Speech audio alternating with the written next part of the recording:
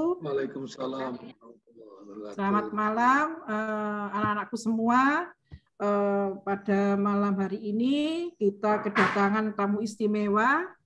Beliau adalah Bapak Dr. Ahmad Suhaimi, SH, Sarjana Sosial, Magister Hukum. Ya. Beliau sekarang adalah Kepala Kantor Pertanahan Kabupaten Tanah Laut, Kalimantan Selatan. Sebelum sebagai Kepala Kantor Pertanahan Kabupaten Tanah Laut, Kalimantan Selatan, beliau juga di Kanwil ya, dan pengalamannya di bidang pertanahan begitu banyak dan sangat berpengalaman dalam teori maupun praktek.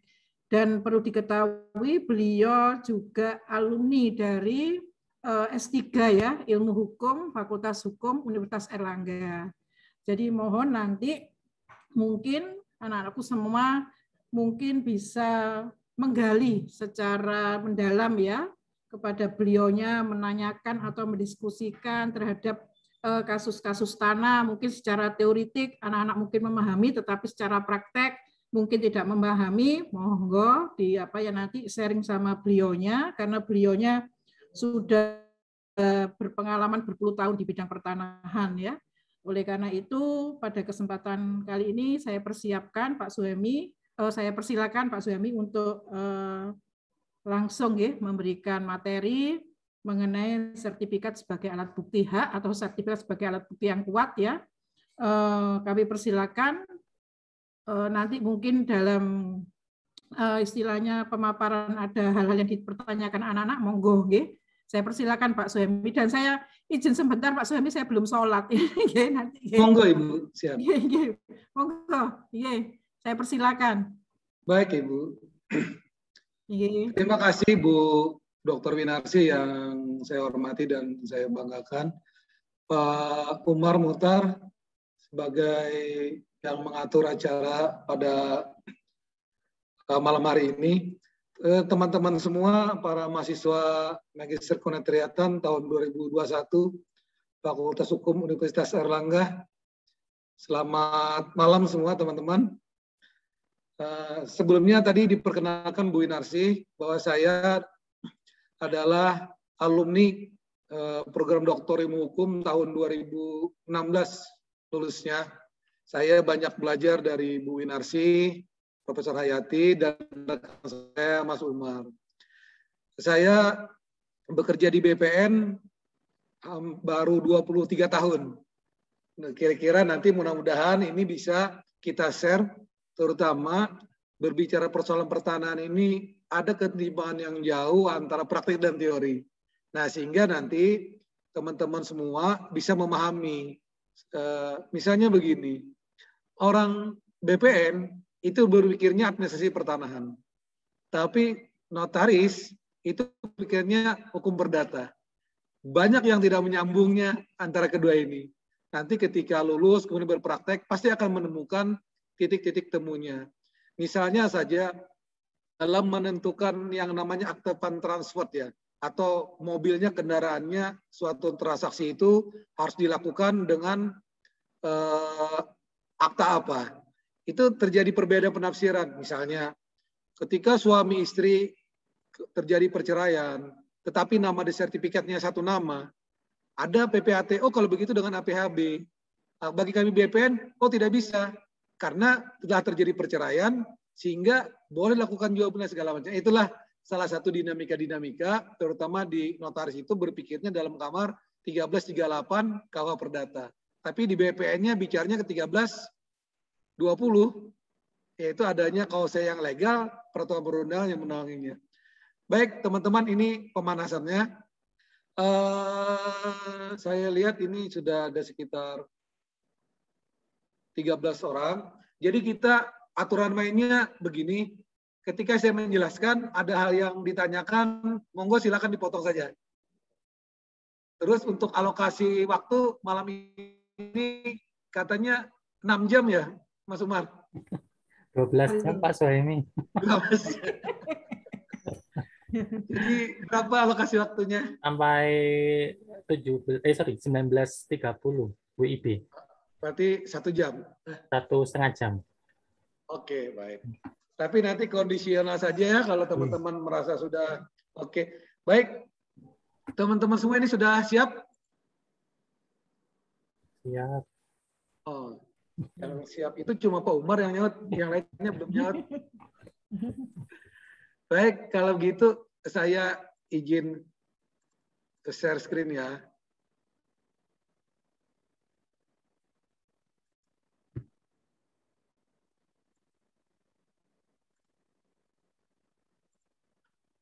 Oke.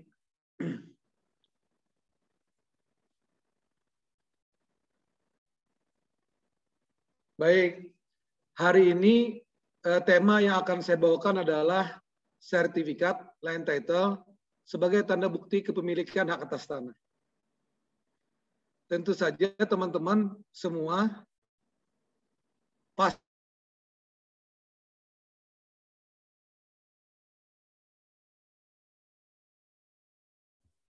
Ke-mute Pak Suhaimi. Mohon maaf.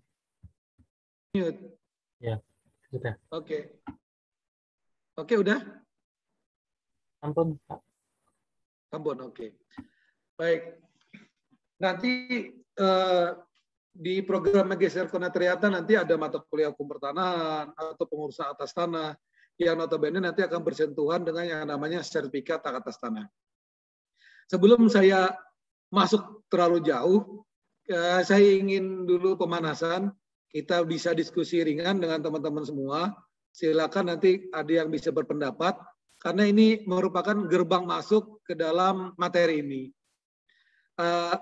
Ada nggak yang bisa memberikan pendapat yang paling diakui kedudukan hukumnya di dalam hukum tanah itu sertifikat hak atas tanah berdasarkan ketentuan perundangan sebagai tanda bukti hak. Tapi sebenarnya ada satu kalimat atau satu statement atau satu hukum atau satu data yang menjadi dasar dikeluarkannya sertifikat itu. Yang apabila itu tidak ada, sertifikat dianggap tidak ada. Dan tidak mungkin ada sertifikat kalau sesuatu itu tidak ada. Apa itu namanya? Ada yang bisa beri pendapat?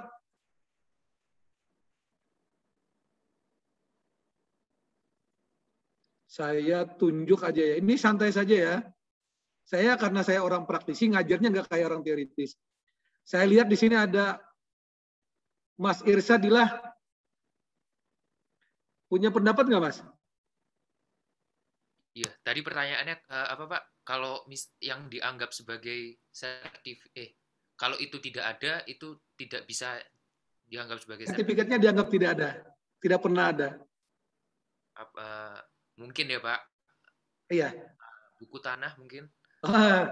Exactly, benar. Mas ada pengalaman apa kok bisa sebut buku tanah? Udah pernah kerja di notaris?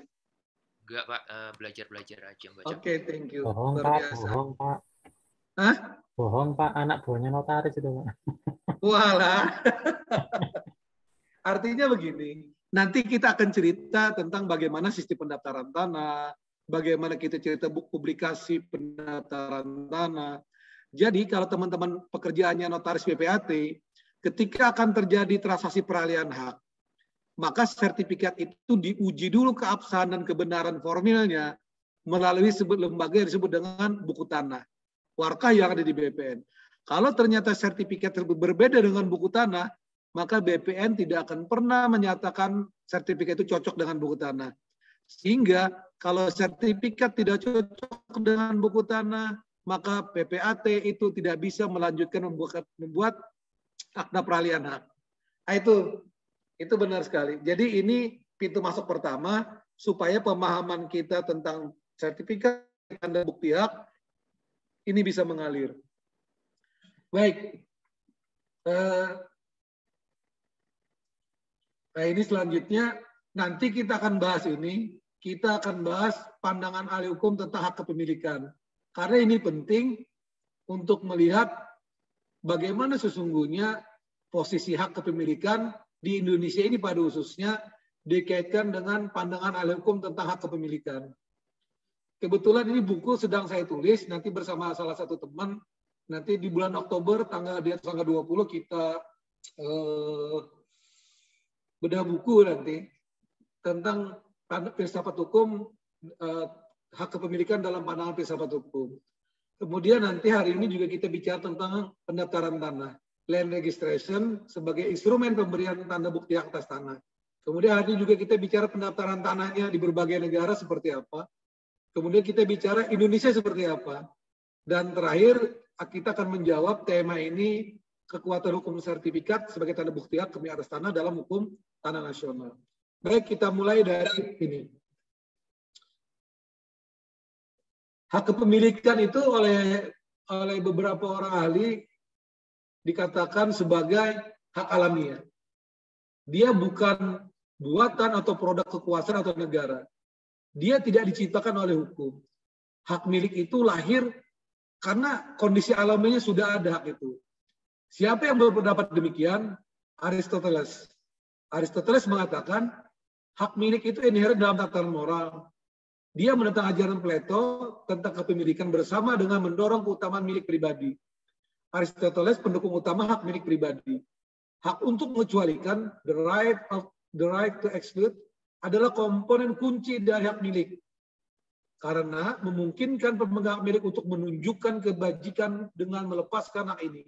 Dan berbagai manfaat kepemilikan ini karena bahasanya translate ya. Jadi pada intinya mengatakan hak milik itu sebagai hak alamiah dan bukan hak buatan kekuasaan politik atau negara. Demikian juga Friedrich Nietzsche. Dia mengatakan kami memegang dari Tuhan karunia yang mencakup semuanya. Karunia itu adalah hidup, kehidupan fisik, intelektual, dan moral. Justifikasinya artinya siapapun yang memimpin,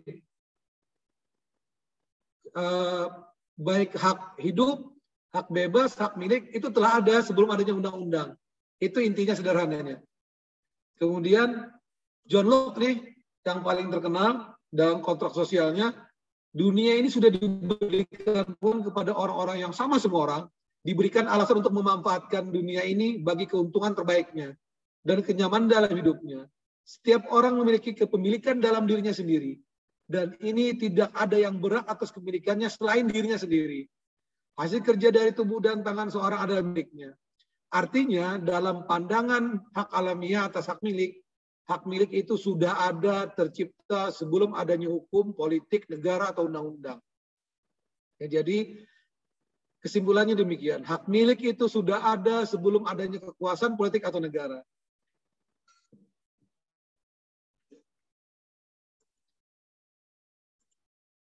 Nah selanjutnya, ajaran hak alamiah selalu berhadapan dengan ajaran positivisme.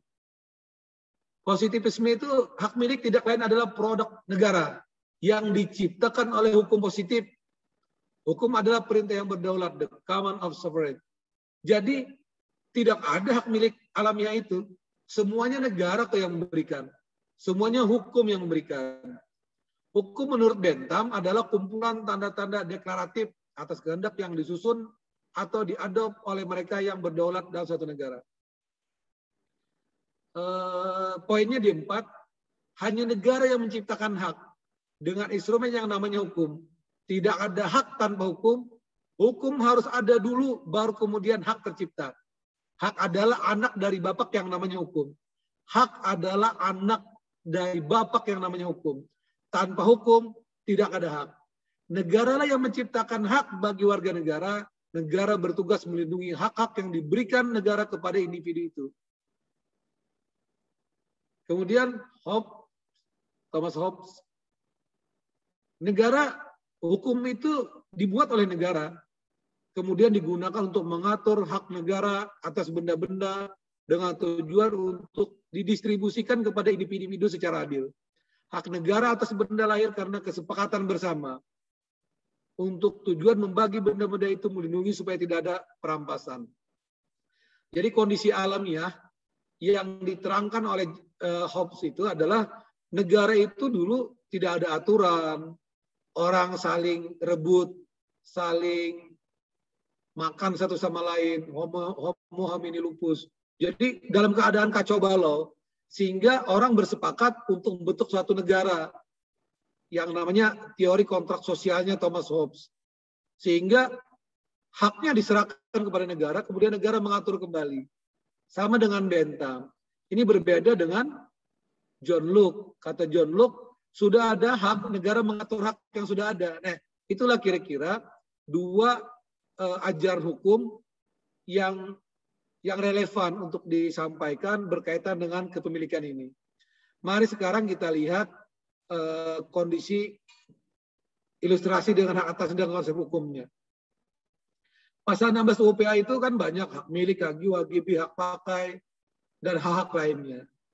Kalau berdasarkan teori tadi, maka hak milik itu adalah hak alamiah. Menurut siapa?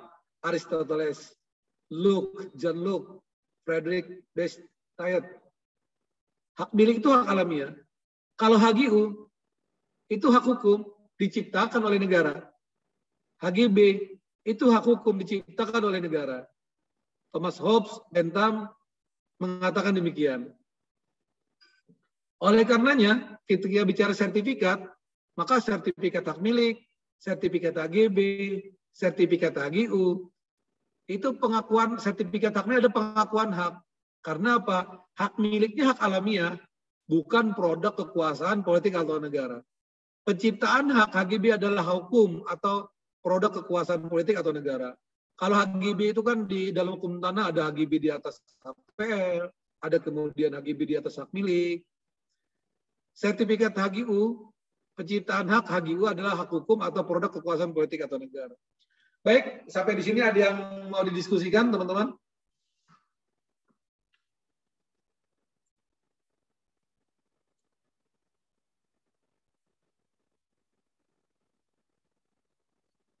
Tidak ada? Kita lanjut ya. Hal yang kedua kita bicara tentang sistem pendaftaran tanahnya. Pendaftaran tanah oleh Douglas Williams merupakan pekerjaan yang kontinu dan konsisten atas hak-hak seseorang sehingga memberikan informasi dan data administrasi atas bagian-bagian tanah yang didaftarkannya. Jadi pada intinya prinsip pokok untuk mengenal dan memahami lembaga utuh mengenai pendaftaran tanah, baik sistem, asas tujuan, dan aturannya, sangat dipengaruhi akan proses kehidupan perilaku yang harus dilaksanakan. Pendaftaran tanah untuk saat ini telah dipusatkan pada instansi tertentu, yaitu BPN, Kantor Pertanahan, sesuai kewenangannya. Nah, sistem pendaftaran tanah, ketika kita bicara pendaftaran tanah, maka kita bicara 3 aspek. Yang pertama aspek hukum. Aspek hukum bicara tentang sistem hukum yang digunakan dalam pendaftaran tanah, sistem hukum apa. Yang kedua aspek organisasi. Organisasi atau kaum profesional yang terlibat dalam kegiatan pendaftaran tanah. Kemudian ada aspek teknis, bagaimana sistem survei, data, dan penyajian informasi data pertanahannya. Nah, kalau sistem hukum pendaftaran tanah itu menyangkut 3 hal. Yang pertama, sistem pendaftaran tanah pada arsip publik atau kadaster atau pertanahan. Ada 2 sistemnya yang mendominasi sistem di berbagai negara, yaitu apa yang disebut dengan pendaftaran hak, registration of title, dan ada juga yang disebut dengan pendaftaran akta.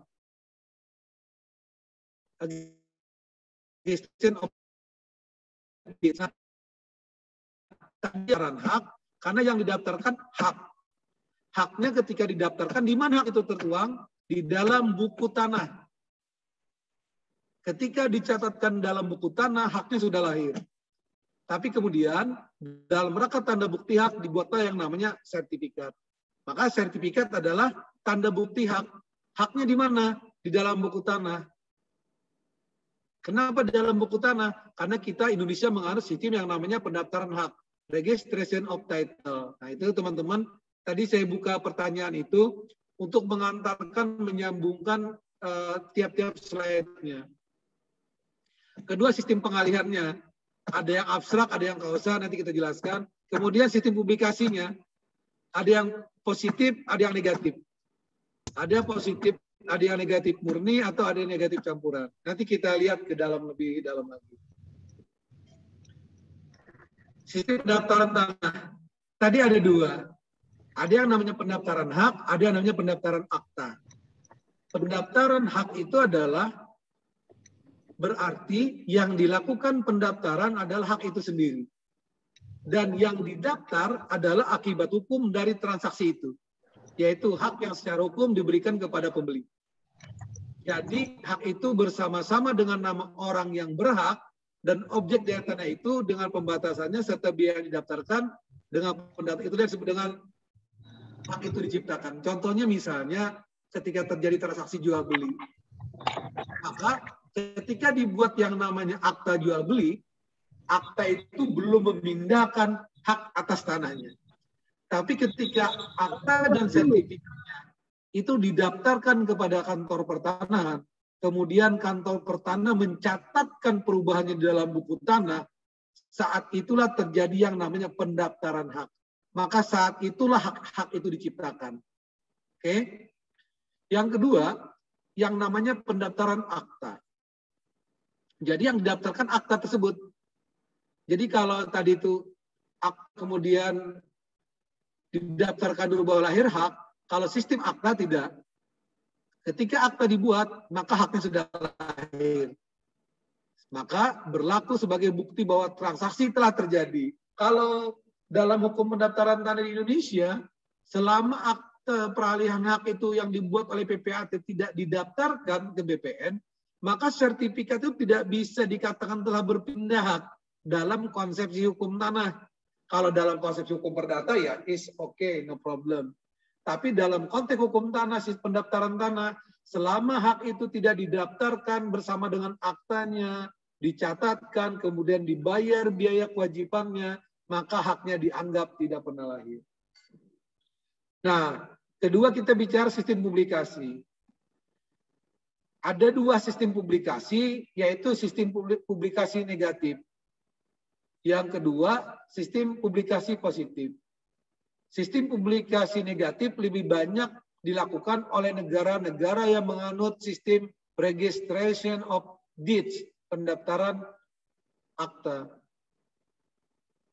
Pendaftaran akta. Sorry, kembali gini.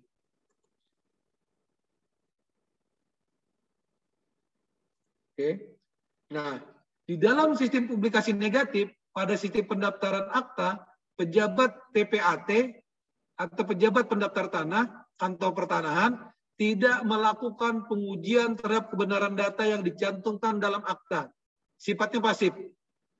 Selain itu, negara tidak menjamin bahwa data fisik dan data yuridis yang tercantum dalam sertifikat adalah benar, selama tidak dibuktikan dengan alat bukti lain. Jadi dalam sistem publikasi negatif, artinya pejabat pendaftaran tanah kayak BPN misalnya, ketika dia lakukan peralihan hak, maka tidak melakukan pengujian terhadap kebenaran data yang tercantum dalam akta atau dalam sertifikat maksudnya.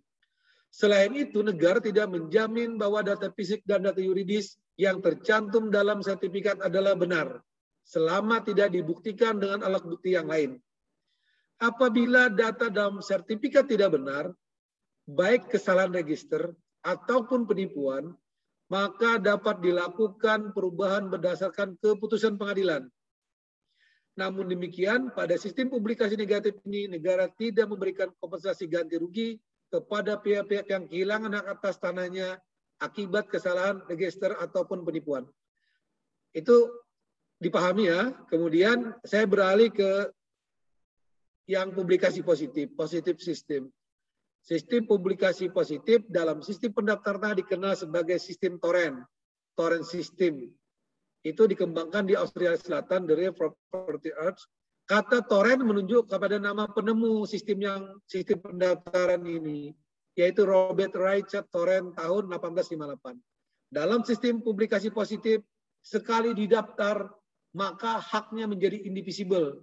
Indivisible itu artinya tidak dapat dibatalkan lagi. Yang memberi jaminan kepastian hak dan perlindungan hukum kepada pemegangnya. Jadi dengan demikian, penerapan sistem torrent dalam pendaftaran tanah di Singapura misalnya, maka sertifikat yang dihasilkan merupakan alat bukti yang mutlak. Tidak dapat dibatalkan lagi, digugat, dibatalkan oleh keputusan hakim. Baik, sampai di sini, kira-kira yang paling baik sistem yang mana?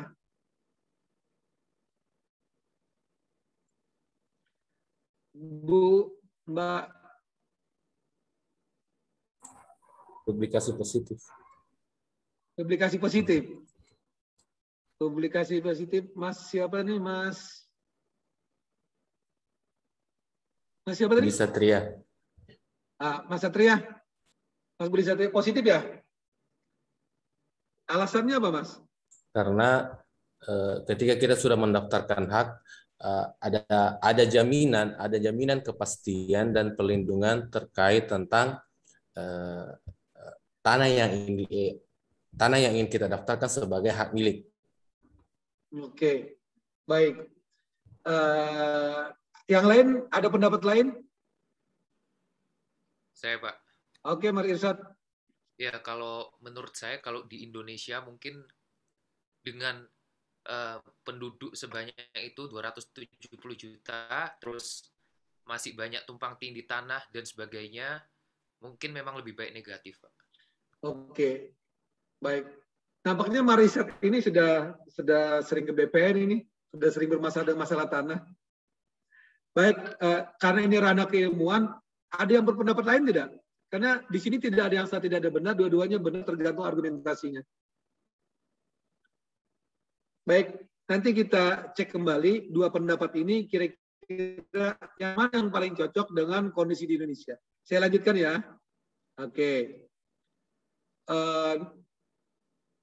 Ini saya cerita sedikit, belok sedikit ya. Saya mengutip dari disertasi salah satu kolega di Belanda, tapi dia disertasinya di tahun 2013-14 lah waktu itu. Tapi ini disertasinya profesor di Belanda, bukan disertasi orang Indonesia, bukan. Ada 3 kelompok pendaftaran hak di negara itu. Dalam pendaftaran hak itu ada kelompok Inggris, Jerman, atau Torrens. Jadi memang Torrens ini dipakai oleh negara-negara di Eropa sana. Ini kalau grup Inggris itu Inggris, Irlandia, beberapa negara provinsi Kanada, Nigeria, penekanan sistem tetap pada aspek hukum karena tidak melibatkan bla bla bla. Ini terlalu teknis, tapi saya ke sini saja. Oke. Saat dia melakukan penelitian di tahun 2012 itu, dia dia melihat sistem Indonesia. Dia melihat sistem Indonesia, ternyata secara teknik pendaftaran di Indonesia dia bandingkan dengan Belanda, modern, very good. Secara tekniknya. Berarti Indonesia tidak begitu bagus. Kemudian kita lihat ya, dia bandingkan Indonesia tahun 2012 pendaftarannya legalnya simple, good. Waktu Indonesia incomplete, tidak komplit, mediocre, mencari jati diri. Loh, kalau di Austria refine it extremely well. Organisasinya bagaimana? Sound, very good. Indonesia unclear. Wah, ini disertasinya Profesor Guru Besar Pertanahan di Belanda ya, bukan orang Indonesia yang bikin. Dia membandingkan 4 ini. Karena barangkali dia dulu gua tinggalin sistem yang bagus, dipakai kemana aja kira-kira begitu. Kemudian kepercayaannya, trust-nya very good. Oh, Indonesia very weak gitu. Australia bagus. Terus kalau dibandingkan Ghana, ya kita hampir mirip dengan Ghana. Wow. Jadi saya sampaikan, pada era itu memang sistem pendaftaran tanah kita tidak begitu bagus. Baik. Nah, ini resumenya. Resume dari 2 pendapat tadi, teman-teman tadi. Yang pertama, perbandingan sistem publikasi pendaftaran tanah yang negatif dan positif. Kalau jenis sistemnya itu, sistem negatif lebih banyak digunakan dengan pendaftaran akta, registration of deed, sedangkan sistem publikasi positif adalah registrasi of title haknya. Sertifikatnya ini sebagai tanda bukti yang kuat saja, tetapi dalam sistem publikasi positif, sertifikatnya adalah tanda bukti yang mutlak. Sekali kita haknya tidak dapat dibatalkan. Kalau sertifikat di sistem publikasi negatif, sebagai tanda bukti yang kuat saja. Dia tidak mutlak sifatnya. Di mana itu? Di di UP dijelaskan, sertifikat adalah tanda bukti hak yang kuat, dimiliki secara turun-temurun, bla bla bla bla. Dia tidak pernah mengatakan mutlak. Jaminan negara terhadap data. Negara tidak menjamin bahwa data fisik dan data yuridis dalam sertifikat adalah benar, selama tidak dibuktikan dengan alat bukti lain. Apabila data dalam sertifikat tidak benar, maka dapat dilakukan perubahan berdasarkan keputusan pengadilan. Kalau positif tidak, negara benar-benar menjamin bahwa data fisik adalah benar, tidak dapat digugat, serta memberikan kepercayaan yang mutlak pada buku tanah. Apa kata buku tanah? Itu yang paling benar. Kalau buku tanahnya cocok dengan sertifikat, maka haknya harus dilindungi dan haknya mempunyai kekuatan yang disebut dengan indivisible. Nah, kelebihannya, nah ini kita bicara sekarang kelebihan dan kekurangannya. Kelebihan dalam sistem publikasi negatif adalah pihak lain yang dirugikan atas diterbitkan sertifikat masih dapat mengajukan keberatan atas penyelenggaraan pendaftaran tanah untuk membatalkan sertifikat. Jadi sebenarnya dalam sistem publikasi negatif yang dilindungi adalah pemilik tanah yang sebenarnya. Tetapi dalam sistem publikasi positif, untuk kelebihannya adalah pihak ketiga atau orang lain yang memperoleh tanah dengan itikat baik mendapatkan perlindungan hukum yang mutlak, indivisible. Pihak lain yang dirugikan atas diterbitkannya sertifikat tanah mendapatkan kompensasi dalam bentuk yang lain. Artinya, kalau dalam sistem negatif, orang akan mengambil hak melalui putusan pengadilan, haknya diserahkan kepada yang menang gugatan. Tetapi di dalam sistem publikasi positif, kalau ternyata ada pihak lain yang merasa dirugikan, maka kemudian orang yang menang di pengadilan, maka kompensasi nilai tanah itulah yang diberikan oleh negara. Dan negara juga yang membayarnya. Kan enak banget ini. Coba bayangkan kalau ternyata di Indonesia menggunakan positif, murni seperti ini konsepnya. Kemudian sertifikat di Indonesia dalam waktu bersamaan, satu provinsi aja, ada satu bulannya ada 100 yang dibatalkan. Kali sekian puluh provinsi, kali misalnya rata-rata 1 miliar, wah habis APBN nih. Itu ilustrasi saja, ilustrasi. Nah, kemudian kekurangannya, pejabat pendaftaran tanah bersifat pasif karena tidak mendukung keakuratan dan kebenaran data dalam sertifikat. Mekanisme kerja pejabat pendaftaran tanah kurang transparan sehingga kurang dapat dipahami oleh masyarakat awam. Ya kata orang BPN-nya agak tertutup, prosedurnya agak tidak jelas kan begitu. Biayanya tidak pasti. Nah, tapi waktu kita cepat, dituntut lebih cepat. Coba kalau misalnya yang sistem publikasi positif, waktunya sangat lama. Kenapa? Karena melakukan pelaksanaan pendaftaran tanah bersifat aktif dan teliti. Tidak bisa kayak BPN. PTSL terbit 1 bulan. Peralihan hak 7 hari selesai. Maksimal 5 hari peralihan hak. Hak tanggungan 7 hari kerja. Nggak ada di sana. Lama. Saya sudah pernah ke Singapura, Malaysia, New Zealand, Australia. Saya pernah ke Italia, Perancis, Jerman. Inggris enggak kemarin.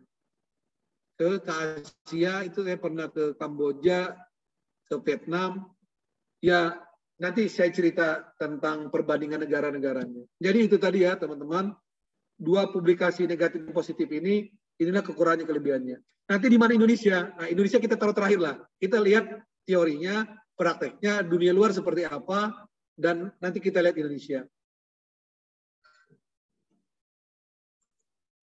Nah, kita lihat sistem pendaftaran publikasi dan kekuatan sertifikatnya di 2468. 9 negara ini ya, pelan-pelan saja. Misalnya di Afrika Selatan. Afrika Selatan ini dia pendaftaran akta. Maka memiliki sistem publikasi negatif. Tetapi juga dia memiliki karakteristik positif. Sehingga seringkali disebut sistem publikasi negatif yang mengandung unsur positif. Sejak kapan? Sejak tahun 37 diperbaiki tahun 86, kemudian pada tahun 97 dia membentuk DLA, Departemen Land Affairs, dan tahun 2004 diperkenakan peraturan perundangan baru. Nah, nanti kita lihat dengan Indonesia kan mirip-mirip ini. Apakah Indonesia meniru Apsel atau Apsel yang meniru Indonesia? Nah, umumnya dalam sistem publikasi negatif yang menggunakan pendaftaran akta, sahnya perbuatan hukum yang dilakukan yang menentukan berpindahnya hak kepada pembeli dan bukan pada pendaftaran yang dilakukan. Nah, ini nanti dibaca ya. Jadi pada sistem publikasi negatif yang mengandung positif yang digunakan di Apsel walaupun negara tidak menjamin kebenaran data yang disajikan dalam bukti hak, namun negara lebih melihat akta untuk pengesahan dan pendaftaran. Nah, ini agak berbeda dengan Indonesia sedikit. Tapi Apsel kesimpulannya adalah sistemnya negatif, bertendensi positif. Singapura sepenuhnya memberlakukan sistem toren. Sekali didaftar, haknya menjadi indivisible, bersifat mutlak, yang memberi jaminan kepastian hak dan perlindungan hukum bagi pemegangnya. Perlindungan hukum bagi pemegangnya. Jadi dengan penerapan sistem toren dalam pendaftaran tanah di Singapura, maka sertifikat yang dihasilkan merupakan alat bukti yang mutlak, yang tidak dapat lagi digugat, dibatalkan oleh keputusan hakim. Bagi pemilik yang sesungguhnya atau bagi yang dirugikan karena adanya pendaftaran alas suatu hak atas tanah, atas nama orang lain, maka keberatannya menurut sistem toren di Singapura dapat dicatat dalam satu daftar disebut dengan SEPIA. Nah, jadi kalau intinya di Singapura sekali didaftar haknya mutlak. Kalau ada kerugian, nah di Singapura memperlakukan yang namanya title insurance. Jadi ketika orang bikin sertifikat peralihan, maka dia mendaftarkan hak sekaligus juga membayar uang asuransi. Persentasenya ditentukan oleh negara, sehingga kalau negara kalah, maka negara tidak perlu membayar, tapi dibayar bersama-sama dengan jaminan yang disampaikan oleh pemilik hak tadi. Kemudian di Belanda. Nah, Belanda ini kan mbahnya kita dulu ini sistemnya, karena dulu kita menganut sistem. Belanda itu menganut sistem negatif juga, tapi yang moderat.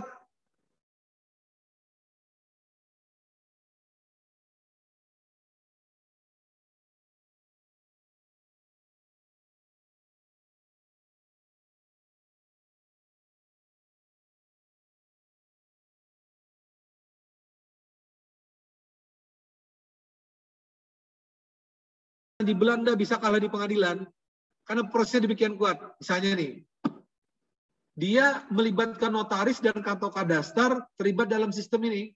Misalnya, transaksi harus disiapkan oleh seorang ahli hukum, notaris, dan dia bertanggung jawab atas kesalahannya. Bayangkan. Kalau notaris PPAT di kita, ya mohon maaf, nyun sewu, Bapak Ibu, saya berpraktek sudah 22 tahun. Kadang-kadang orangnya tidak menghadap. Tanda tangannya dibawa kemana, akta berjalan kemana-mana. Padahal di dalam irah-irah, di dalam akta juga disebutkan, ini hadir di hadapan saya, Tuan A mendapatkan persetujuan dari istrinya Nyonya A sebagai pihak penjual. Nah, Tuan B sebagai pemilik, para pihak sepakat bla bla bla segala macam. Tapi tidak, ya agak digampangkan sebenarnya ini. Ini berbeda dengan yang di Belanda. Belanda sebelum terjadi transaksi, dicek. Kalau di Belanda ini kan sudah ICN ya, sehingga identity number. Jadi ketika nomor KTP kayak kita itu dimasukkan, maka kelihatan dia punya rumah di mana, hartanya berapa, hutangnya di mana, bahwa dia pernah melakukan kejahatannya apa. Sampai istrinya pun kalau 2 atau 3, 4 tercatat di sana. Enggak, kalau itu bercanda bukan. Harta-hartanya pun itu tercantum. Nah, Indonesia belum link. Kalau misalnya ya KPK kemudian melakukan penyitaan terhadap aset seseorang, ketika dia masuk ke database, ke BPN, kita belum bisa menyajikan NIK ini di Indonesia punya tanah berapa aja, di mana aja. Nah, sebenarnya ini sudah suatu keharusan. Transparansi di dalam kepemilikan.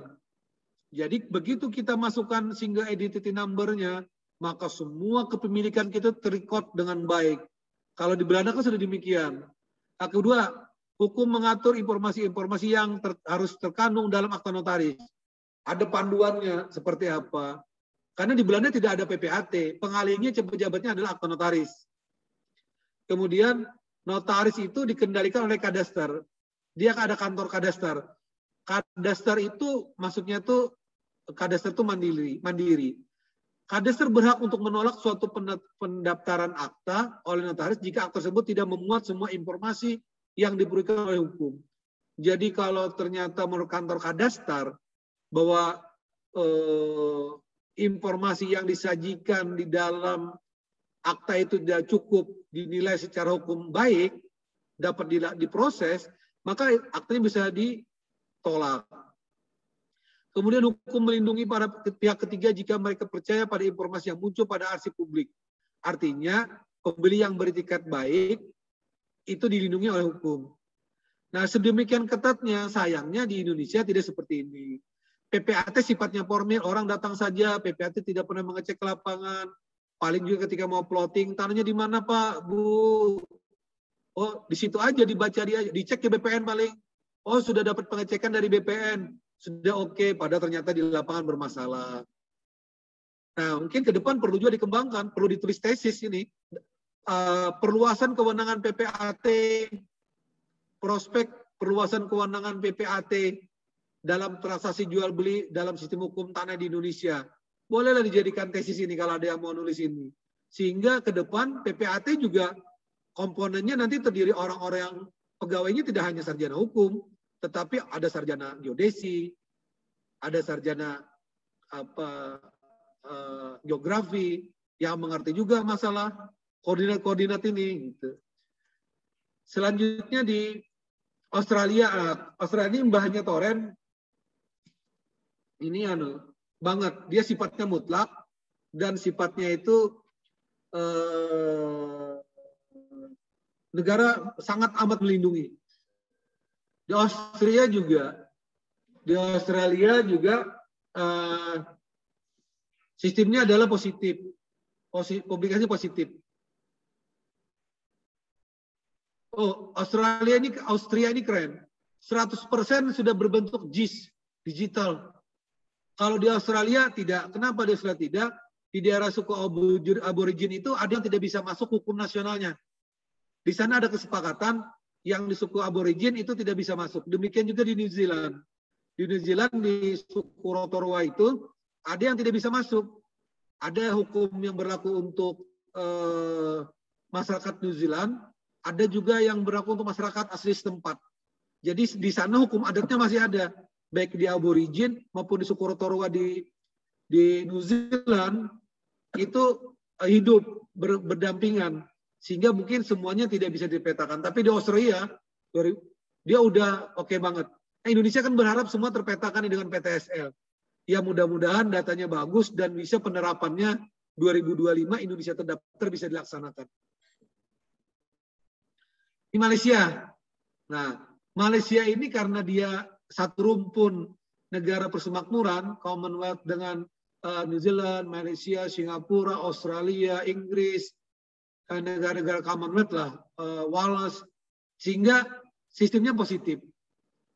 Malaysia positif. Hong Kong juga positif, dia merubah. Tapi Hong Kong publikasi negatif tahun 2009 dia rubah. Ya ini sedang dilakukan Indonesia. Hong Kong 2009 awalnya negatif, kemudian dia merubah menjadi positif. Nah, lihat di Malaysia, rentetannya sertifikat tanah di Malaysia, kepemilikan tanah di Malaysia berdasarkan pada pendaftaran sertifikat tanah sistem toren. Sertifikat tanah tidak dapat ditentang, tidak gugat. Ada dua jenisnya, namanya freehold land title sama leasehold land title. Kalau freehold itu bukti hak milik atas tanah yang abadi. Pemilik tidak akan memiliki batasan waktu untuk jangka waktu kepemilikannya. Ini kayak di Indonesia disebut dengan hak milik. Tapi kalau yang leasehold itu hanya hak sewa saja. 99 tahun kalau sudah sewanya berakhir, maka kembali, kecuali ada permohonan perpanjangan sewa. Saya ingin cerita sedikit kenapa pabrik Toyota, suku cadangnya pindah ke Thailand. Ketika Toyota mau mengembangkan, kalau di Indonesia bilang, oh ini ada tanah di Jakarta, luasnya 20 hektar, silakan Anda miliki, tapi Anda bebasin ya dengan masyarakat gitu. Wah, kata Toyota Jepang, wah, gua harus bebaskan nih. Gimana Indonesia ini mau investasi? Datanglah Thailand. Kamu mau berapa? Saya mau 2 hektar gratis dikasihkan lah. Sehingga pabrik Toyota, assembling dan lain sebagainya, perakitannya sudah mulai pindah ke. Ini salah satu efek dari sistem tadi, dan kemudian efek juga dari pemilikan antara negara dengan tanah. Nanti kita kembangkan pada sisi diskusi saja. Di Kanada sama positif juga. Nah, di Inggris apa lagi? Di Inggris mbahnya sistemnya adalah positif banget. Di Inggris itu udah sempurna sistemnya. Oke. Nah, sampai di sini dulu ada pertanyaan? Ada yang mau didiskusikan? Karena tinggal beberapa slide lagi. Kalau tidak ada, kita lanjut dulu. Indonesia, coba lihat Indonesia. Indonesia ini negatif atau positif? Indonesia ini registration title or registration deed atau apa? Coba kita lihat. Indonesia ini sertifikat sebagai tanda bukti hak atas tanah. Pasal 19 huruf C ayat 2 560 menguraikan bahwa pendaftaran tanah diakhiri dengan pemberian tanda bukti hak kepemilikan yang berlaku sebagai pembuktian yang kuat. Nah, kalau kita kerumus tadi apa? Kalau kuat berarti negatif atau positif? Kalau kuat berarti negatif. Kalau mutlak berarti positif. Artinya, sertifikat menurut pasal 1 angka 20 PP 24 di pasal 19 UPA sebagai tanda bukti, surat tanda bukti yang dibukukan, yang sudah dibukukan dalam bukti tanah yang buku tanah yang bersangkutan. Tadi kata Mas siapa tadi buku tanah lah yang menjadi induknya. Jadi surat tanda bukti hak. Jadi kalau orang punya SIM, tapi dia juga punya BPKB motornya mana? Oh ini BPKB, tanda motornya. Daftarnya di mana aslinya? Di kantor Samsat sana. Jadi buku tanah adalah dokumen dalam bentuk daftar yang memuat data fisik, data yuridis, suatu objek benda tanah yang sudah ada haknya. Kemudian, Indonesia ini menganut pendaftar tanah di Indonesia menganut negatif tendensi positif. Apa itu? Yang tadi kita jelaskan, dia tidak mutlak. Penyelenggarannya tidak menjamin kebenaran mutlak. Menyatakan pasal 19 ayat 2 huruf C UPA menyatakan bahwa sertifikat yang diterbitkan berlaku sebagai alat bukti yang kuat. PP 2497 sistem pendaftaran tanah negatif yang mengandung unsur positif. Pendaftaran berbagai peristiwa hukum adalah merupakan alat bukti yang kuat, bla bla bla segala macam. Jadi intinya di dalam dibuktikan ada apa? Pasal 32 ayat 1 dan ayat 2-nya menyatakan bahwa sertifikat yang berlaku sebagai alat pembuktian yang kuat mengenai data fisik dan data yuridis, bla bla segala macam. Nah, kemudian juga ada penegasan kalau sudah 5 tahun orang yang merasa sertifikat tanahnya diterbitkan sertifikat itu tidak dapat lagi menuntut pelaksanaan haknya. Nah, ini bisa didiskusikan nanti. Dan di dalam PP 18 2021 yang terbaru tentang HPL hak atas pendaftaran tanah di pasal 4 dikatakan bahwa BPN dalam hal jangka waktu 5 tahun sebelum masuk pada ayat 1 sertifikat sudah terbit, maka pembatalan sertifikat dilakukan melalui mekanisme pengadilan. Nah, nanti di PP 18 ini yang saat ini pembatalan sertifikat tidak dapat lagi dilakukan oleh BPN melalui pembatalan administrasi, manakala jangka waktunya sudah lebih dari 5 tahun. Semua harus ke pengadilan. Nah, ini persiapan sebenarnya dalam rangka menuju positif sistem. Baik. Nah, ini gambar sertifikat, gambar Pak Presiden membagi sertifikat. Sertifikat merupakan surat tanda bukti yang berlaku sebagai alat pembuktian yang kuat mengenai data fisik, bla bla segala macam. Kemudian sertifikat secara sah diterbitkan dengan etikat baik, nyata menguasainya, maka pihak lain tidak dapat lagi menuntut pelaksanaan hak tersebut apabila dalam waktu 5 tahun sejak diterbitkannya sertifikat itu tidak mengajukan keberatan bla bla bla segala macam. Karena apa? Sertifikat itu sifatnya negatif tadi kan. Tetapi di Indonesia, nah, sertifikat itu seyogianya dan selayaknya harus mengandung unsur kepastian. Kepastian apa itu? Kepastian mengenai objek hak atas tanahnya, juga kepastian mengenai subjek orangnya. Kepastian objek berkaitan dengan apa? Objek itu berkaitan dengan memberikan kepastian tentang luasnya berapa, letaknya di mana, batas-batas bidang tanah yang akan diberikan sana di mana. Kalau unsur ini terpenuhi, insya Allah sertifikat itu mengandung kepastian. Tapi manakala yang menunjukkan batas bukan pemilik tanah, BPN mengukur berdasarkan pengakuan tanpa konfirmasi dengan batas-batas tanah, ya bagaimana kepastian objeknya bisa dijamin. Yang kedua, bicara kepastian mengenai subjek orangnya. Harus benar-benar memberikan jaminan kepastian siapakah yang orang yang menjadi pemegang hak sebenarnya. Apakah memenuhi syarat sebagai pemegang hak atau tidak.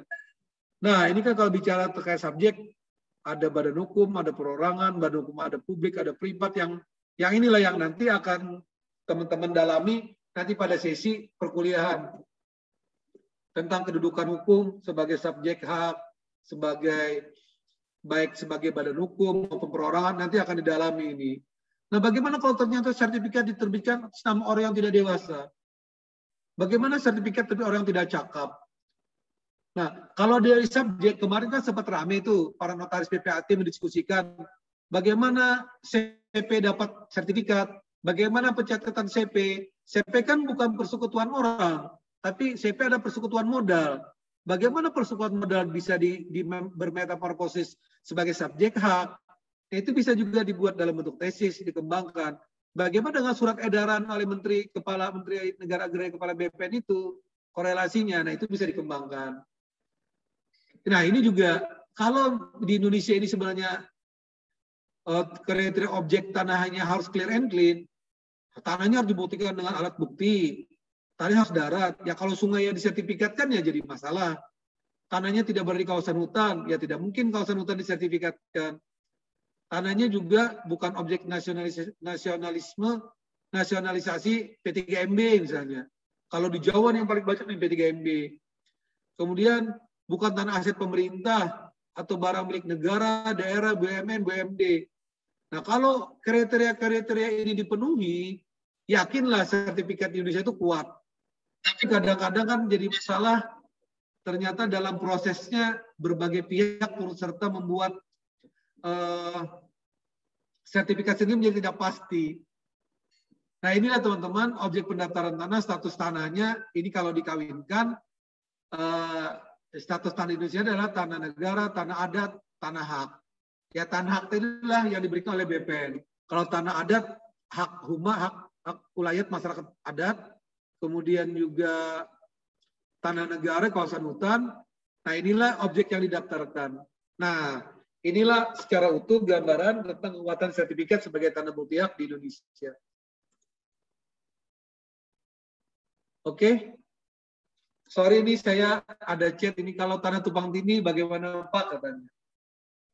Ya, kalau tanah, saya jawab langsung ya, kalau bagaimana kalau tanah tumpang tindih? Ya kalau tanah tumpang tindih mekanismenya satu, dilakukan proses yang namanya gugatan ke pengadilan. Karena apa? Karena negara tidak menjamin kebenarannya. Nah, bagaimana kalau ternyata tanahnya tumpang tindih? Loh, satu produk dikeluarkan oleh BPN. Satu produk dikeluarkan oleh BPN. Terjadi tumpang tindih. Oke, kita tidak melihat bagaimana proses terjadinya tumpang tindih.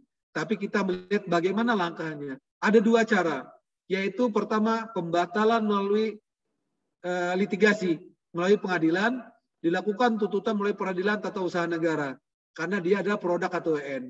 Yang kedua, melalui pembatalan administrasi, yaitu BPN dapat membatalkan salah satu sertifikat yang dianggap BPN satunya pasti tidak benar. Karena prinsipnya satu objek tanah hanya ada satu sertifikat kecuali diperjanjikan lain. Misalnya ada HGB di atas hak milik, ada HGB di atas hak pengelolaan. Itu kira-kira.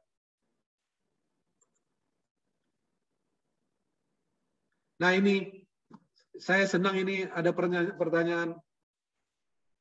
Asas contrarius actus dalam pembatalan atas tanah bagaimana Pak? Jika pengadilan membatalkan, terima kasih jawabnya. Oke, asas contrarius actus itu ada pada pejabat tun. Misalnya begini, kalau misalnya asas contrarius itu dalam peran administrasi dan ada pejabat tun. Nah, misalnya sertifikat itu telah dibatalkan oleh pengadilan, kemudian pengadilan tidak bisa mematikan itu sertifikat. Yang bisa membatalkan dalam asas contrarius actus adalah orang yang menerbitkannya. Jadi orang yang membuat keputusan, dia juga nanti yang mengannulirnya. Contrarius actus itu demikian. Jadi kalaupun pengadilan sudah menerbitkan surat putusan pengadilan tentang pembatalan, itu administrasi oleh kepala BPN. Maka BPN lah nanti yang melakukan pembatalan administrasinya. Oh ini anunya ya, pertanyaannya di chat room ya. Oke. Ya, izin bertanya. Pak. Oke. Izin bertanya dalam perkara harta gonogini terkadang antara salah satu pihak entah itu mantan istri atau maupun suami tidak mau membagi harta bersama, maka jalannya hanya melalui gugatan di pengadilan. Masalah yang biasa dihadapi dalam penyusunan gugatan harus jelas objek sengketa mulai dari batas tanah, luas dan lain-lain. Pada caranya mantan istri mengakses informasi sertifikat ke BPN tersebut tetapi sertifikat nama suami. Contohnya bagaimana mendapatkan informasi itu dan apa dasar hukumnya. Begini. Harta istri, harta suami, harta istri. Selama belum dibagi, belum ditetapkan siapa pemiliknya oleh pengadilan atau atas kesepakatan bersama, maka hartanya tetap bersama. Nah, kalau dalam hal ini dapat dilakukan, tetapi jangan melewati loket pelayanan pendaftaran. Nah, ini sifatnya sudah pengalaman praktek ya. Saya kasih triknya. Jangan dilakukan melalui pendaftaran layanan pertanahan karena tidak ada layanan ini. Kalau daftar suami nanti dimintakan persetujuan suami. Itu pasti mantan suami bawa sertifikatnya itu. Jadi tidak mungkin si istri bisa dengan baik. Nah, oleh karenanya laporkan saja ke bagian pertanahan. Minta informasi data bahwa akan melakukan gugatan bla bla bla, nanti akan kami akomodir. Nanti akan diakomodir oleh BPN di bagian penanganan sengketa konflik dalam perkara. Ini kan sudah masuk ranah konflik.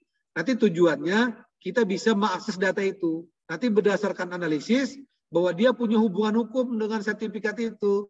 Untuk keperluannya pun keperluan hukum gugatan di pengadilan. Nanti BPN akan berikan informasi yang diminta itu. Kalau di saya sudah praktekkan itu. Karena ini penting bagi BPN untuk memperjelas status benarnya. Daripada nanti si suaminya memasuk tanda tangan istrinya, dijual pihak mana-mana. Nah yang kedua, si istri itu harus melakukan yang namanya surat sanggahan ke BPN. Bahwa objek ini sedang dalam perkara pengurusan harta atau gugatan di pengadilan terkait dengan bla bla bla segala macam. Sehingga langkah ini dilakukan agar objek ini tidak berpindah ke tangan pihak lain yang dilakukan secara tidak benar oleh mantan istri atau mantan suami. Oke? Masih ada lagi? Bapak, mohon maaf tadi saya masih kurang jelas Pak. Oke.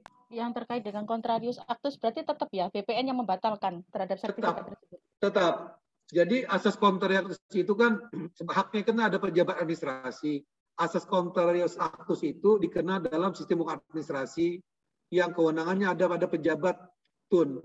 Nah, misalnya pejabat ini adalah kepala BPN. Misalnya saya telah mengeluarkan sertifikat atas tanah. Kemudian sertifikat itu dibatalkan oleh pengadilan. Atau misalnya digugat oleh orang lain, pengadilan kemudian menyatakan sertifikat itu batal. maka pengadilan ini dia di ranah apa? Yudikatif.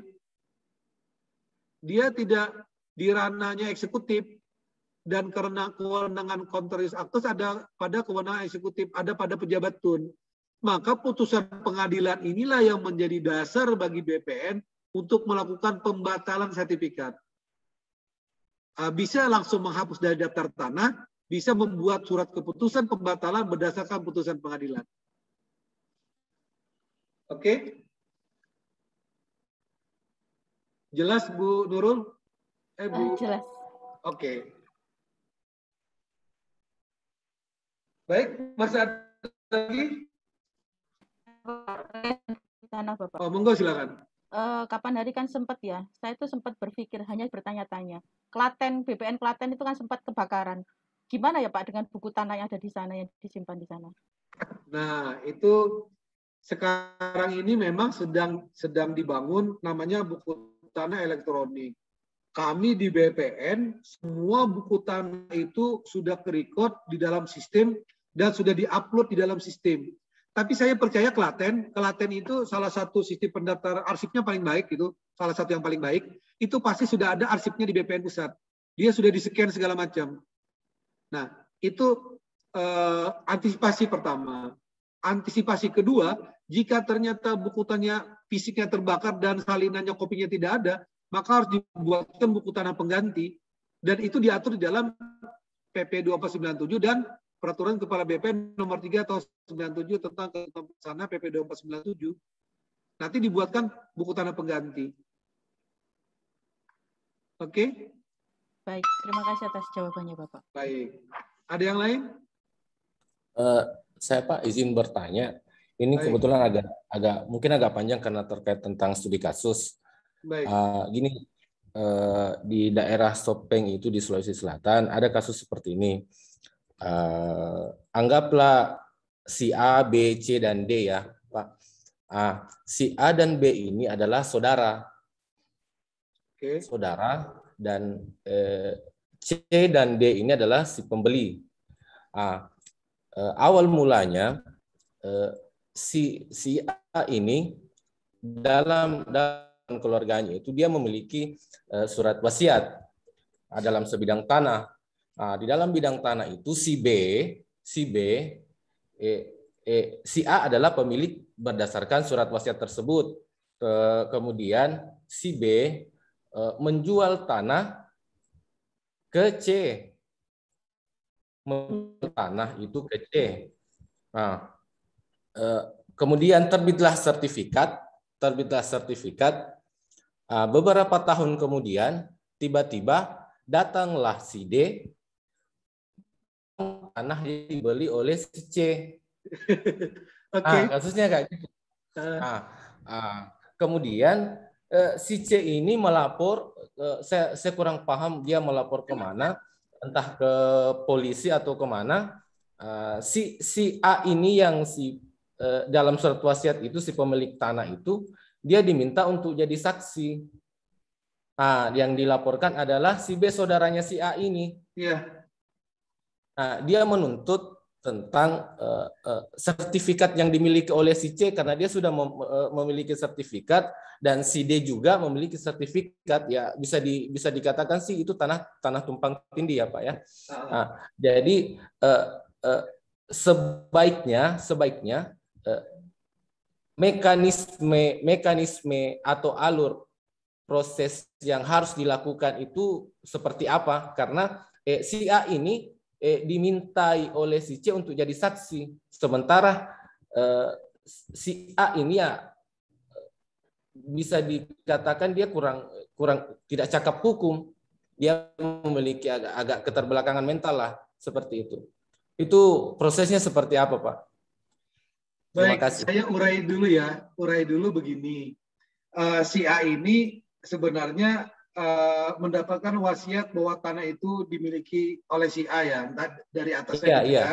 Tapi A ini bersaudara dengan B, dan B juga punya atas tanah itu. Kemudian B ini menjual kepada dan sertifikat atas nama C. Kemudian Baru kemudian ternyata ada D tiba-tiba datang, kata D itu tanah saya, ini bukti sertifikatnya. Gitu kan ya? Iya. Oke. Iya. Apa yang harus dilakukan Jadi satu objek tanah dimiliki oleh dua. Ya, kesimpulan hukumnya satu isu hukum. Adanya satu tanah dimiliki oleh dua orang. Adanya satu bidang tanah, ada dua sertifikat.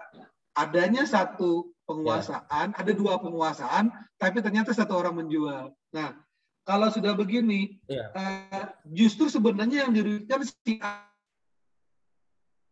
Justru sebenarnya yang dirugikan si A. Kalau si A menjadi saksi, ya rugi. Rugi si A karena sebenarnya A yang lebih berhak berdasarkan alat bukti ini. Justru di sini barangkali ada terjadi tindak pidana pemalsuan bahwa ternyata B ini bisa jadi menjual tanpa hak. Menjual tanpa hak mungkin atas nama A, mungkin karena A dianggap keterbelakangan mental, tidak cakap hukum, dijualnya kepada C. Jadi ini kalau menyelesaikan persoalan ini ya agak berat. Pertama ditambah lagi D ini datang. Jadi satu-satunya kalau si A ini mau, si A gugat si B dulu, gugat si C dan si B bahwa objek tanah dikuasainya itu dikuasai secara tidak benar oleh si C, dapat dari si B yang secara hukum tidak mempunyai dasar penguasaan, dasar kepemilikan, atau tidak punya hak untuk melepaskan haknya. Itu dulu, baru nanti ke D. Ya, dan si A jangan mau jadi saksi. Masa dia sudah dirugikan, kemudian si A jadi saksi. 2 kalilah dia. Oh, begitu ya. Yang kedua, secara hukum. Ya. Secara hukum, Mas Budi, ya orang yang mungkin agak keterbelakangan, mungkin kesaksiannya tidak terlalu dalam kategori A ya. Nah mungkin dia didampingi oleh penasihat hukum lah. Kalau ini ya kasihan. Nah selanjutnya nanti BPN harus digugat. Karena ternyata ada sertifikat juga diterbitkan overlapping. Dan diminta juga untuk dilakukan blokir. Supaya dua sertifikat tidak banyak memakan korban yang lain lagi. Dia harus diblokir supaya nanti mana yang benar nanti digugat ditun atau digugat perdata. Ini nampaknya harus bertingkat nih prosesnya. Dari proses menggugat si B, menggugat si ini. Saya tidak tahu juga ya. Wasiatnya juga belum diuji. Siapa tahu ternyata wasiatnya juga tidak benar. Jadi karena ini sifatnya case ya. Jadi mungkin umumnya saja, tetapi nanti dalami lagi. Kalau wasiatnya benar, berarti B melakukan tindakan melawan hukum. Dia menjual barang milik orang lain. C otomatis karena sistem di Indonesia adalah sistemnya negatif. Negatif itu adalah melindungi pemilik sebenarnya. Maka C ini meskipun itikat baik, hakim dalam 2 putusan itu antara melindungi pemilik sebenarnya dengan melindungi pemilik itikat baik, ya lebih banyak melindungi pemilik sebenarnya. Saya sudah melakukan studi beberapa putusan pengadilan, hakim ya masih konsisten dengan sistem pendaftaran negatif. Jadi pemilik yang sebenarnya dilindungi. Ini kasus ini kalau kita bicara konteks yang saya jelaskan, kalau misalnya kita bicara positif sistem, maka A ini udah kehilangan hak sama sekali. Kalau untuk si A aja ya. Tapi untuk cash dengan D ini hal yang lain. Demikian Mas Budi. Siap. Terima kasih Pak. Terima kasih. Oke. Terima kasih. Baik, yang lain ada yang masih didiskusikan? Ada Bapak, satu lagi. Mohon maaf ini saya banyak tanya. Oke. Bapak, ini tadi yang dibahas kan ada PP nomor 18 tahun itu tentang hak pengelolaan. Iya, PP 21 terbaru. Dan pendaftaran tanah. Tapi di lembar mengingat ini di sini mengingat tidak ada. Di sini ada Undang-Undang Dasar Negara Republik Indonesia dan Undang-Undang Cipta Kerja. Menurut Bapak bagaimana? Apakah? Mohon maaf ya Pak, karena kan saya belajar undang-undang, jadi saya mengkaji dari ini. Iya Ibu. Jadi begini, tidak dalam PPPP-nya itu sudah tidak mencantumkan konsideran UPA. Mengapa? Nah, saya ini bukan ahli tata ya.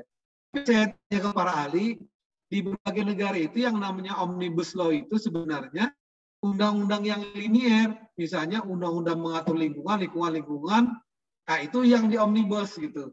Tapi kalau kita ini kan semua undang-undang dicampur jadi satu omnibus law.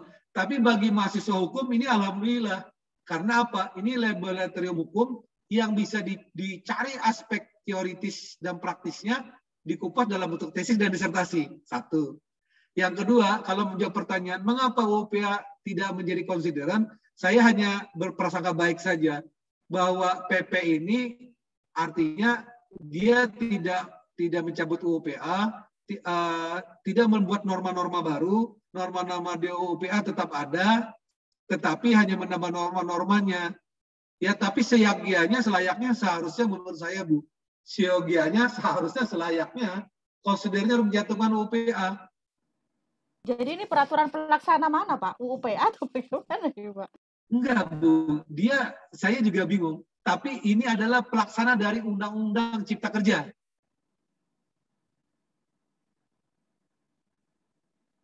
Jadi PP 18 2021 dari PP 21, PP 18, 19, 20, 21, PP 43 yang berkaitan dengan BPN itu adalah turunan dari Undang-Undang Cipta Kerja. Ibu lihat di konsiderannya mengingat ketentuan pasal 100 sekian dari Undang-Undang Cipta Kerja 20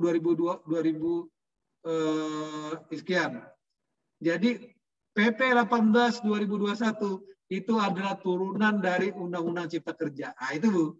Nah, mungkin Ibu barangkali bisa dibentuk dalam bentuk tesis itu, Bu, disertasi dicari kenapa landasan filosofisnya, teoritisnya, mengapa PP 18 yang notabene sebenarnya penggabungan dari satu PP 4096 tentang HGB hak pakai, beberapa pasal di dalam PP 2497 itu kemudian ditarik jadi satu yang namanya PP 18, tetapi yang sebenarnya PP 40 itu konsiderannya kepada UPA, tapi kenapa ini konsiderannya tidak UPA?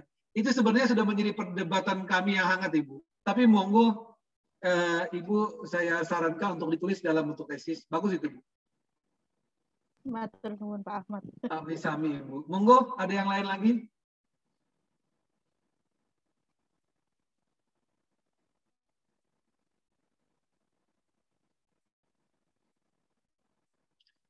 Saya hitung 1 sampai 1000.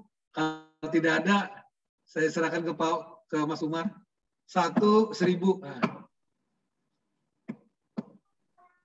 Malam, Bapak. Oh iya, silakan. Iya, Bapak. Saya ingin bertanya terkait pendaftaran tanah pertama kali, Pak. Oke. Konversi. Ya. Baru-baru ini kan BPN membuat aplikasi Sentuh Tanahku ya, Pak. Di mana di aplikasi itu ada bagian info pelayanan dan status proses tanahnya sedang di mana. Nah, saya ingin tanya di bagian info pelayanan itu kan ada keterangan syarat, kemudian jangka waktu, serta perkiraan biayanya, Pak. Nah, di bagian jangka waktu, Pak, saya ingin melihat di konversi. Di situ kan tertulis 98 hari kerja ya, Pak. Nah, tapi untuk pada kenyataannya itu, apakah 90 hari kerja itu penjelasannya itu seperti apa ya, Pak? Ataukah 90 hari kerja penyelesaian dalam hanya pengukuran, atau 90 hari kerja itu penyelesaian total dari seluruh proses awal sampai akhir terbitnya sertifikat itu, Pak? Pengalaman Bapak seperti apa ya, Pak? Terima kasih, Pak. Oke, terima kasih. Ibu jangan malu bertanya tentang masalah BPN, karena saya di sini kapasitasnya bisa dua, sebagai kepala BPN juga sebagai pengajar. Nggak masalah, Bu, diskusikan masalah BPN itu tidak sesuatu yang tabu. BPN sekarang bukan BPN yang dulu lah. Oke, kalau terkait 98 hari itu sudah total, Bu, totally. Jadi 98 hari itu sudah termasuk pengukuran, pengumuman, tetapi di dalam peraturan kepala BPN nomor 1 tahun 2010 tentang standar pelayanan pertanahan, di sana ada catatan dengan catatan berkas lengkap. Nah, hanya dari segi teknis, misalnya ya, pada saat berkas masuk argonya jalan 1 hari. Pengukuran katanya 14 hari. Tapi ternyata gambar ukur, tantangan batas, kiri kanan, konversi itu kan penegasan hak atau pengakuan hak. Kalau alat buktinya itu sampai ke atas sampai tahun 60 bukti hak lama, namanya itu penegasan hak. Tapi kalau alat buktinya putus, namanya pengakuan hak, ditutup dengan surat pernyataan penguasaan fisik. Nah, ketika prosesnya itu di pengukuran ternyata SOP-nya ternyata dari 98 hari ternyata 15 hari. Ternyata dalam prosesnya tidak lengkap, tidak bisa dilengkapi, argonya tidak bisa dihitung dalam 15 hari ini. Sehingga di BPN memang banyak keluar dari jangka waktu SOP-nya. Tapi siogianya seharusnya 98 hari ini sudah termasuk dengan pengumuman kan 2 bulan tuh 60 hari. Kalau sudah pengumuman aja sudah 60 hari. Jadi kalau kurang 98 berarti 38 hari. 38 hari anggap 8 harinya proses pendaftaran, penerbitan. Nah, berarti yang 30 harinya itu ada proses pengukurannya dan aplikasinya.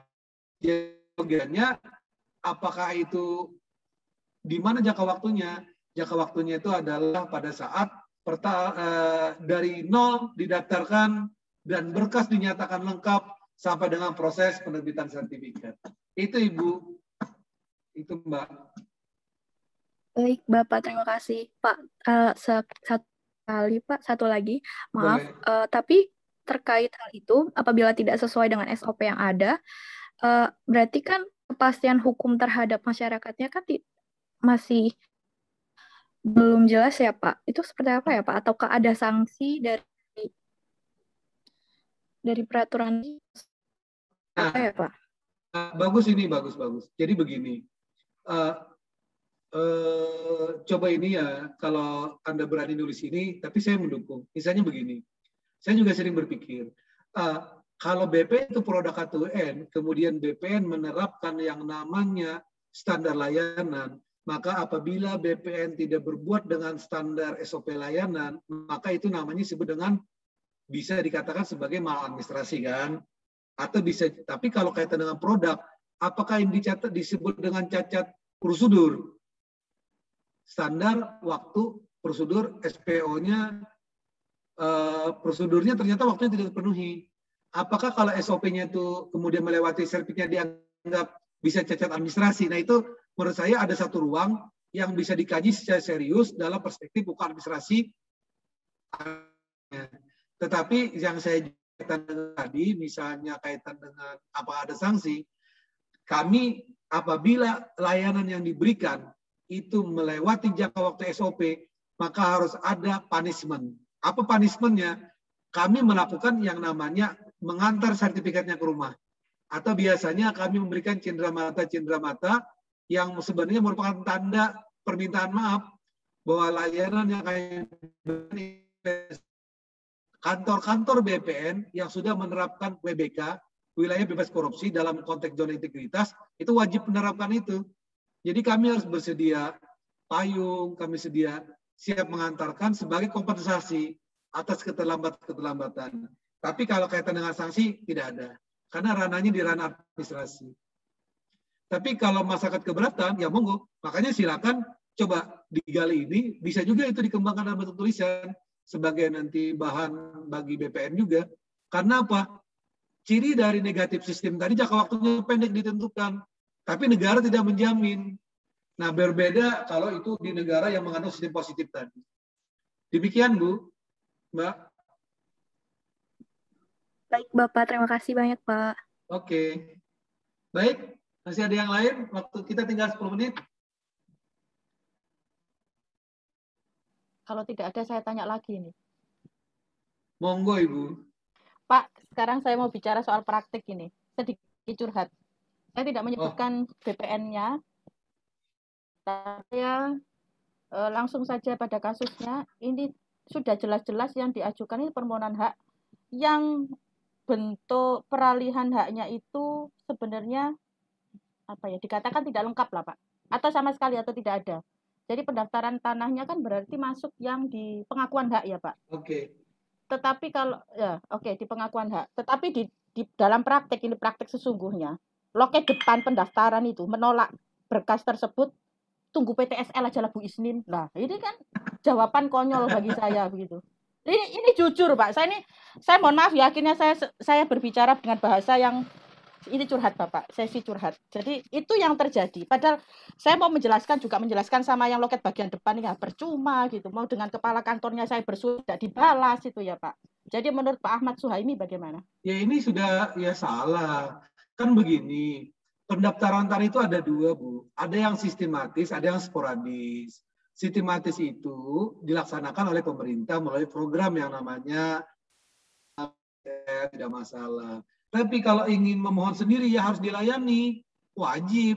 Karena di dalam komitmen pelayanan, kita wajib berikan pelayanan tanpa diskriminasi, tanpa ini, adil kepada masyarakat. Nah, bekerjanya aparatur negara di layanan publik itu dua. SOP, dua asas-asas umum pemerintahan yang baik, fairness, kehati-hatian, adil. Nah, berarti kan tidak melaksanakan asas fairness. Dan ini kalau memang Ibu mau, silakan laporkan ke kami, Ibu bersurat bahwa saya tidak mendapatkan pelayanan semestinya sebagai warga negara. Nah, itu kan jawaban person itu, Bu. Masa orang tidak dilayani? Betul. Kalau saya mau daftar perorangan, monggo, ikut PTS, yang penting dia daftarkan tanahnya bagi saya. Kalau menurut saya itu sudah suatu tindakan pelayanan yang tidak baik lah. Yang tidak bad excellent lah itu. Bad service lah. Bad service itu. Oke, Bu. Terima kasih, Pak. Oke. Baik, masih ada lagi? Bapak maaf, berarti tanya yang tadi 98 hari itu berlaku untuk sporadik dan sistematik, Pak? Yang kalau untuk sistematis, enggak, kalau sistematis lebih pendek. Jangka waktu pengumumannya tidak 2 bulan, tapi sekarang malah 14 hari.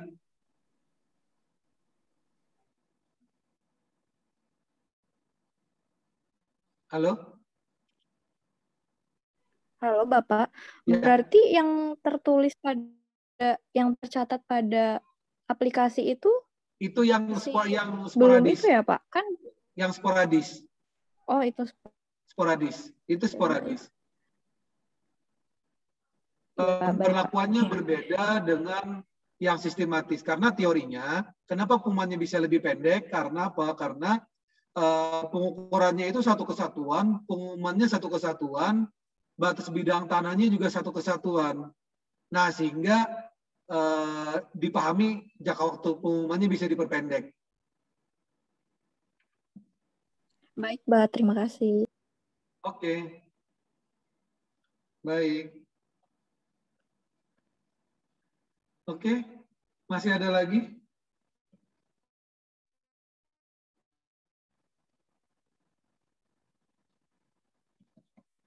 Kayaknya cukup ini.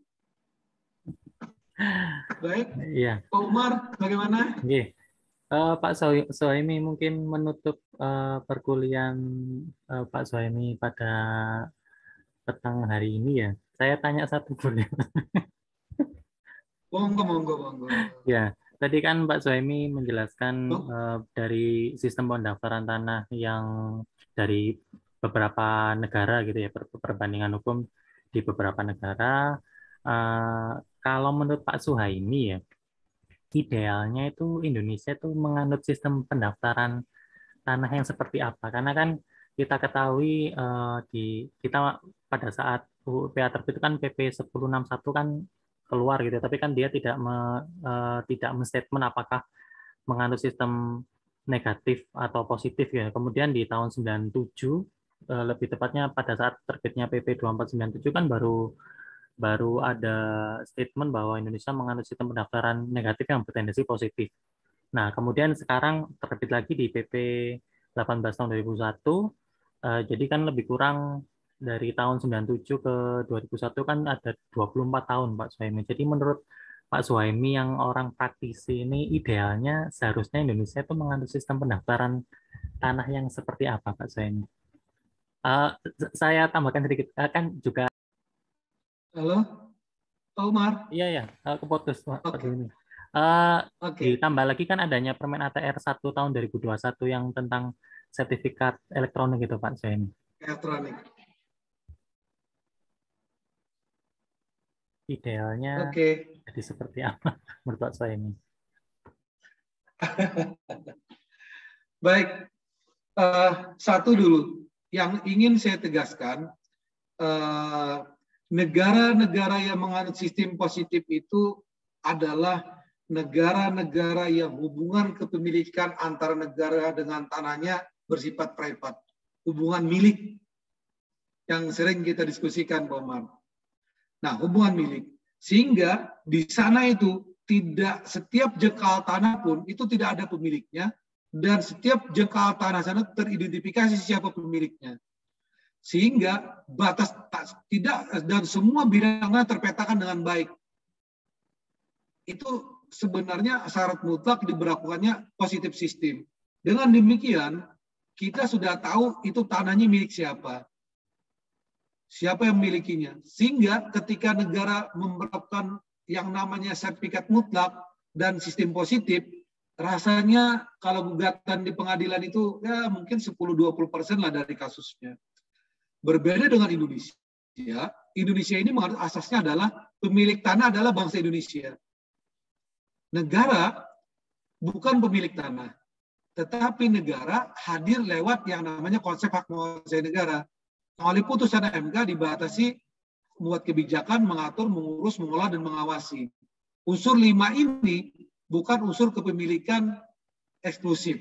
Nah, ditambah lagi kondisi Indonesia yang awalnya tercerai-berai dengan sistem pernah dibuat pemerintahan Belanda waktu itu, sistem adatnya ada, kemudian ditambah lagi belum terpetakannya seluruh bidang tanah di Indonesia, dan masih banyak tumpang tindih segala macam, masih banyak sertifikat yang melayang-layang, maka saat ini belum waktunya untuk menerapkan sistem positif. Nah, pertanyaannya, di mana ideal? Idealnya positif, tetapi Indonesia harus membuat positifnya itu menetapkannya, ya mohon maaf, kalau di Kementerian ATR BPN, 2025 Indonesia terdaftar positif, saya yakin sangat tidak mungkin, impossible. Kalau bicara Jawa, ya. Tapi bicara Kalimantan, tumpang tindih sertifikat masih banyak. Bidang tanah yang pemiliknya tidak tahu masih banyak. Ini tidak mungkin sistem positif. Jadi kalau saya pengennya itu 2030 kita sistem positif. 2030 idealnya positif, tetapi jalan roadmap-nya ini harus dituntaskan. PTSL sebagai satu jalan, tetapi sayang PTSL-nya menjadi gampangan karena mengejar target. Padahal kualitasnya harus tetap dijaga. Itu Pak Umar problem internal yang dihadapi kami di BPN. Nah, jadi kalau saya ini positif, tetapi harus ada perbaikan. Kalau 30 positif asal jadi sertifikat, habis. Kalau pakai negara yang membayar atau pakai tether insurance, bangkrut negara ini. Investasi tambah kacau. Jadi kesimpulan menurut saya, idealnya adalah positif, tetapi dengan catatan Indonesia harus benar-benar sungguh-sungguh memperbaiki data pendaftaran tanah ini pada tingkat yang paling baik, sehingga ketika sistem positif diberlakukan, gampang. Sertifikat elektronik 1 lembar, sertifikat 1 hari jadi, 2 hari jadi tidak masalah. Nah, bagaimana layanan elektronik bisa berjalan dengan baik sementara tanahnya aja di plotting tidak jelas, Pak Umar. Ini yang terjadi. Nah, jadi positif sistem itu pilihan yang utama. Tetapi yang lebih penting, bagaimana Indonesia menyiapkan sistem positif ini jauh lebih penting daripada ini. Menurut beberapa profesor di Belanda, tidak penting negatif dan positif, tapi yang terpenting bagaimana membangun data yang sangat bagus. Jadi keywordnya keywordnya adalah bagaimana BPN bisa menciptakan data yang bagus. Mau negatif, mau positif pun sebenarnya tidak begitu masalah sebenarnya. Tetapi kalau yang ideal untuk menjamin investasi, kepastian hukum, ya sisi positif, Pak. Demikian Pak Umar pendapat saya. Sejalan sama ini ya, tetap pendaftaran tanah secara elektronik ini, berarti kan Indonesia harus punya suatu big data untuk menampung semua data-data yang ada di salah satunya di kantor pertanahan ini. Benar. Jadi big data itu suatu kemutlakan. Big datanya dengan kualitas. Oleh karenanya di kami setiap PTSL ada namanya peningkatan kualitas. Sertifikat yang belum dipetakan diukur agar dipetakan. Warkah yang belum di-scan harus di-scan. Jadi pada intinya big data is okay. Tapi intinya bagaimana data masuk ke big data itu lebih penting, Pak Umar. Dan ini dirasakan bagi kami yang bekerja di luar Jawa. Kalau di Jawa sudah hampir 80% lah bagus, Pak Umar. Tapi kita bicara Kalimantan, bicara Sumatera, apalagi Papua, Pulau Sulawesi, waduh, Pak Umar. Setiap hari itu yang namanya operate sertifikat tumpang tindih. Ya mungkin hari ini saya masih di kantor, karena setelah ini saya harus bekerja. Kita tidak mungkin pulang jam 5 kayak orang di Jawa, nggak mungkin.